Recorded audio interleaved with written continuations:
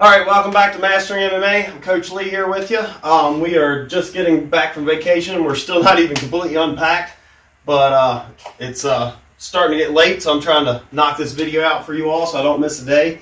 Anyways, we're here in the Cuddle Corner, obviously still under construction. Hopefully we're going to have it here in the next few weeks up and running and have some people in here getting a lot of work in, making big improvements. So we're all looking forward to that, everybody that's in on it. We're going to try to make things happen and then get the bulk of it done, and then we'll do some little stuff after we start bringing some people in, getting some people back to training and getting out of this slump they've had for a while from all of this stuff happening. So anyways, today we are going to be talking about when I teach, how I do both conceptual and step-by-step. So I'm going to talk about the pros and cons to both, and why I try to do both. So if this is something that you think is going to help you out, hit that like, or if you want to watch a little bit of it and see if it's the type of stuff that is going to help you out, hit that like, and subscribe to me. If you haven't yet, please subscribe, hit the notification bell so you don't miss anything. But we'll jump into it here. So anyways, conceptual training versus step-by-step. And what I mean by that is sometimes I'm going to show stuff and I'm going to say you do this, this, and this, and this, and this in that order, right? So we do step 1, step 2, step 3, step 4, which is step-by-step training. Conceptual is more like it's talking about if this happens in any position, then you can do this. So then it leads you into a broader field, right? This is more where your artistry part of things come in. So anyways, a lot of times I will do both in the same video or in the same class or in the same private session, whatever I'm doing. I will show both step-by-step things, and I will talk about how the concepts apply elsewhere, so you can start to expand what you're thinking of, right? The other day I had a guy, and I was showing stuff from guard, or no, I was showing stuff from mount.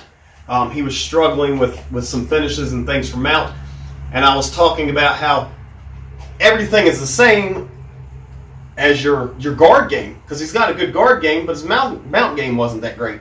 So I was telling him how everything's the same. It's just flipped 180, right?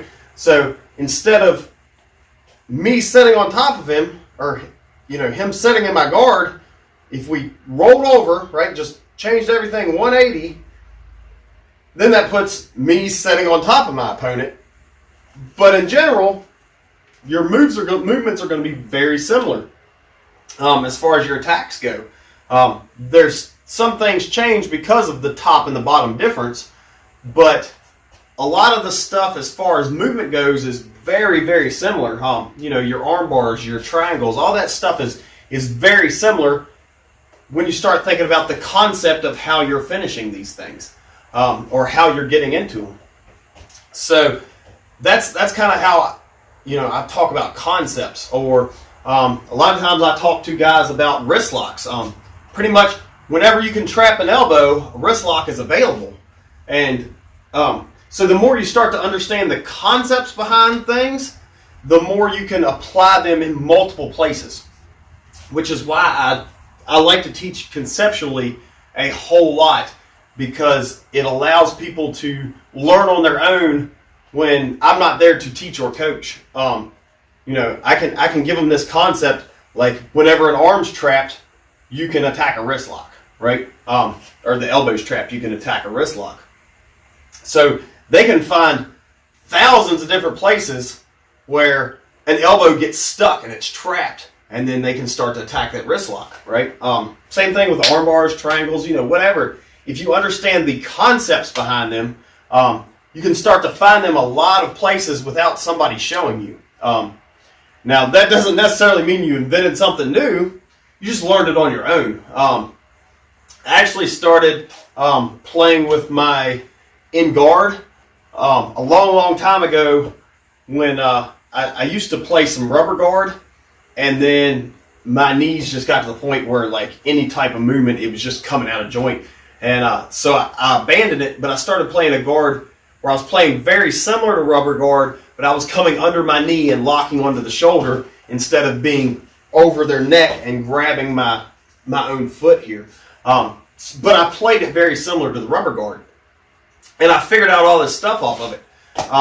It wasn't until a few years later, and granted, you got to think back then the internet wasn't nearly as nearly as good as it is now, right? There wasn't nearly the same amount of information.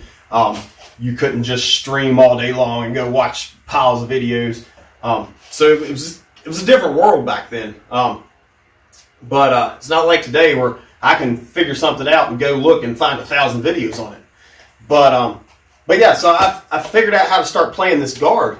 Well, later on down the road, like years down the road, I'd been playing this for years. I found out that in general it's called a Williams guard, named after a guy who made it popular in a lot of big tournaments and stuff. It's got a couple other names, but Williams guard is kind of in general what most people refer to it as.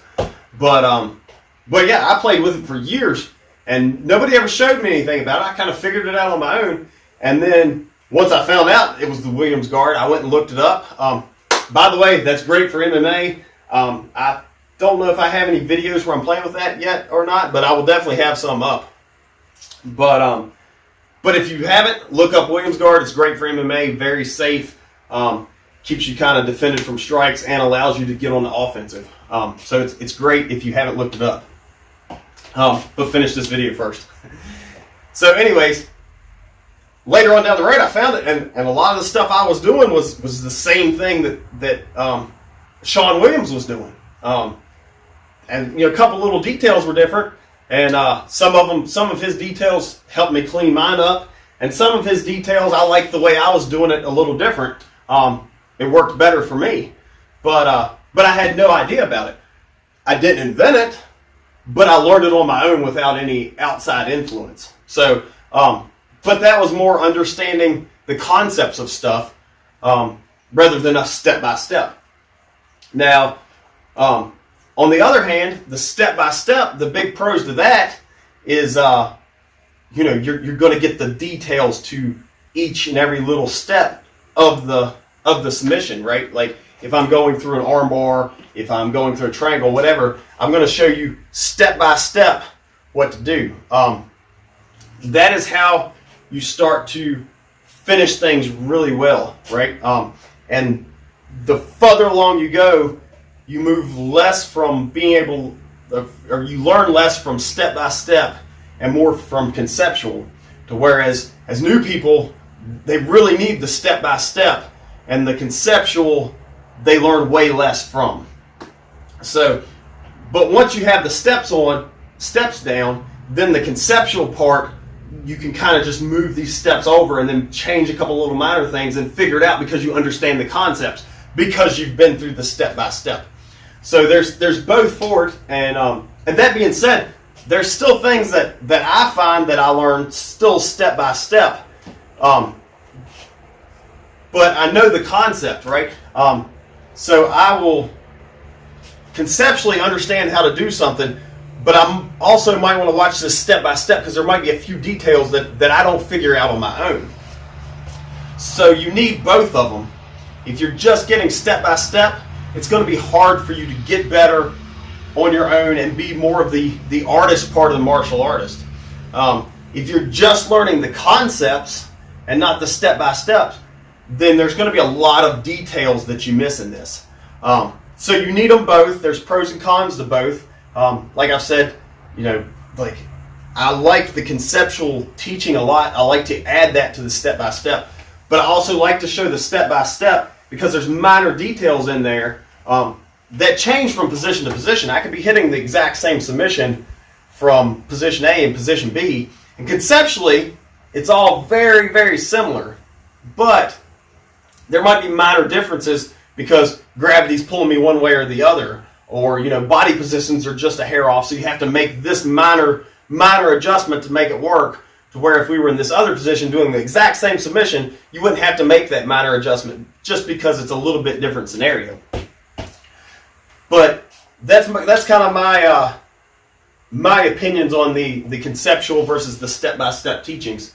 So if you could, in the comments, let me know what you think. Which way do you learn better? That will help me out, right? If I can see that 90% of the people are learning better step-by-step, then I'll push a little more step-by-step stuff. To whereas if I see more people are learning better conceptually, then I will give more talk about the concepts of stuff than the step-by-step. I'm not going to get rid of either one. Like I say, I like them both. There's a place for each. I like to balance it out, and honestly, I probably do spend a little bit more time on step-by-step, and then I usually talk concept afterwards as to how this will relate to other things, minus the step-by-step details into that. So hopefully you all can give me some feedback. That would be great. Like I said before, if you got some good information from this, please hit that like button down there for me. Subscribe if you haven't. Hit the notification bell so you don't miss anything. And share this all over your social media, right? Let's get this to some new eyes. Let's help out more people. Let's get the ball rolling on this channel. Let's make this one of the biggest channels on YouTube in the martial arts niche. So that's my spiel for the day. Let me know what you think, and we will catch you next time on Mastering MMA with Coach Lee.